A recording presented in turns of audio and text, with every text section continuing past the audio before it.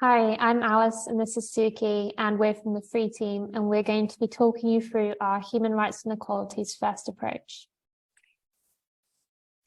Hi everyone. We're looking at the question of what does a human rights and equalities first approach mean? In order to do that, it's probably quite useful to start with the most basic question of what are human rights? In the most basic sense, human rights are rights that are inherent to everyone. They provide a minimum standard for how all people should be treated and are built upon the principles of freedom. This isn't the only way that you can think about rights, but for us at Three, they most succinctly encapsulate what rights mean. So FREEDA stands for fairness, respect, equality, dignity, and autonomy. Our human rights are instruments that help us to achieve each of these principles. Human rights are universal, meaning that we can talk about these principles across different countries, different languages, different social contexts and circumstances, while always coming back to these 5 principles of fairness, respect, equality, dignity, and autonomy. Certain groups have rights that are specific to them to address particular inequalities that they experience. This includes children and young people, women, minority ethnic communities, and disabled people. For example, the UNCRC, which is the rights of children and young people, they have the right to play for children, although I think we should all have the right to play even as adults. Other examples of rights include freedom from torture, freedom of religion, and the right to education. But I do want to emphasize that this isn't all about knowing the law, the fancy frameworks and conventions out there. Yes, they're important, but a human rights and equalities approach isn't about who can rhyme off the most rights from memory. It's about those core principles that I mentioned just there and asking yourself when you're making decisions, is this fair and respectful? Has this been done with equality in mind? Does this take away from someone's autonomy or also their dignity? You'll notice that the other half of the question is equality. So I'm just going to move on to what are equalities. The concept of equality is about ensuring that every individual has an equal opportunity to make the most of their lives and talents. So that is to survive, but also to thrive. It's the principle that no one should have poorer life chances because of the way that they were born, where they came from, what they believe, or whether they have a disability. And this definition is from the UK's Equality and Human Rights Commission.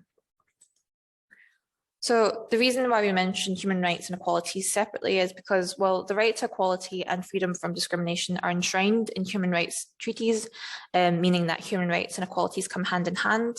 Equality is a part of human rights, not something separate, but it is important to recognise that the experience of accessing human rights varies massively for different groups of people.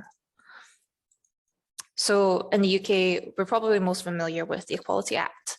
The Equality Act recognises that certain groups of people are more likely to experience discrimination.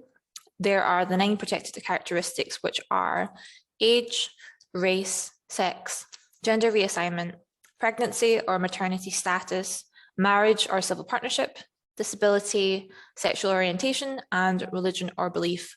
So while we all have human rights, our access to those rights can be very different when we think about these characteristics. For example, the experience of accessing the right to housing is going to look very different for someone who is a wheelchair user in comparison to someone who's not a wheelchair user. Likewise, for someone who's Jewish and they follow a kosher diet, they might have more difficulty accessing the right to food than someone who's not following a kosher diet.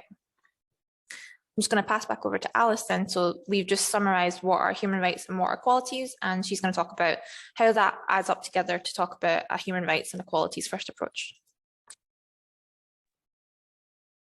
So for us at Free, a human rights and equalities first approach is all about using a person-centred way of thinking, which prioritises people's human rights and equality, and using this way of thinking to look at and to inform the decisions that we make. So when you're taking a human rights and equalities first approach, some of the people to consider include staff members, service users, community members, volunteers, or anyone else who your organisation works with or comes into contact with. So for example, perhaps when you're contracting. So why should you adopt this approach? It can help you to ensure that you're putting equality and people's rights at the centre of everything that you do. It moves away from any risk of tick box exercises and results in the creation of an inclusive organisational culture, which in turn results in an inclusive workplace and inclusive service delivery. And you're probably already on your way to being a human rights and equalities first organisation. You might find that you have some great practice that you can build on, some new ideas that are easier than you thought to implement, or people who are keen to make the change who just need the support and information to make it happen. But if all this sounds like it's a lot to take on, then our motto and the simplest way to implement this approach is to ask ourselves, have people's rights to fairness, respect, equality, dignity, and autonomy been respected?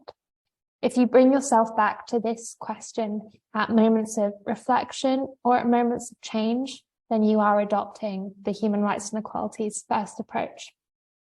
And if you'd like any more information on this approach, then please visit our website for more information.